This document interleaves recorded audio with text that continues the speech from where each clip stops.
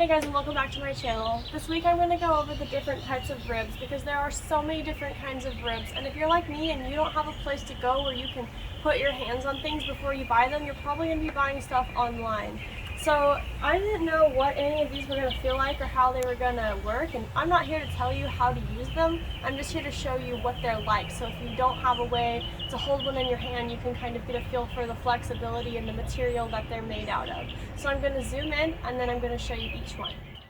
Here we have all the ribs that I'm going to go over today. I've pretty much got most of the most common ones, and if you're interested in any of these, down below you can find a link to every single one of these that I'm going to go over today. So without further ado, we're going to get started here with the wooden rib. Okay, so the wooden rib is the most sturdy of all the ribs that I have here. It is actually a piece of wood. It is thinner on one side and thicker on the other.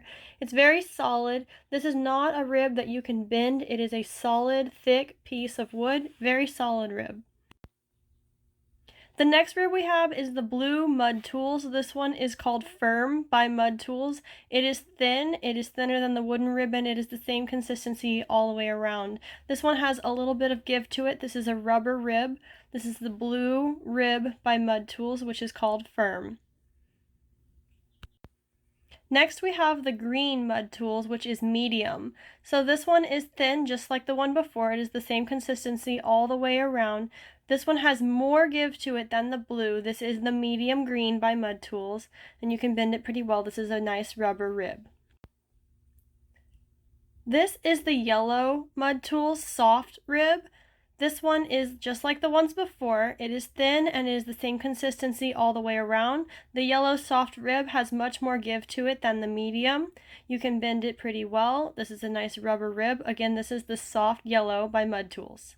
The last of the Mudtools series is the red, which is very soft. This is the most flexible of all the Mudtools. It is the same consistency all the way around, and you can bend this one all the way in half. It is the most flexible rubber rib that Mudtools has, and you can bend it in any direction. It reminds me of a fruit roll-up, and this is red, which is very soft. The last one on the end here is the metal rib. This one is very thin and very sharp. You can hurt yourself with this one if you're not careful. It is flexible, but if you bend it too much in any direction, it will warp. So you gotta be careful, and this is the metal rib.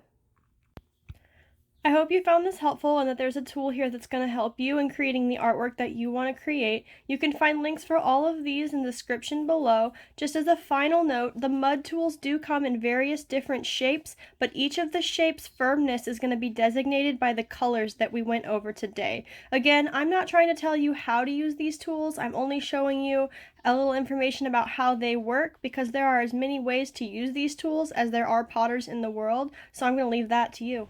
Thank you for tuning in this week, guys. I hope I was able to clear up any confusion or questions that you might have had if you were thinking about buying a rib, but you don't have a place to go where you can touch one with your hands.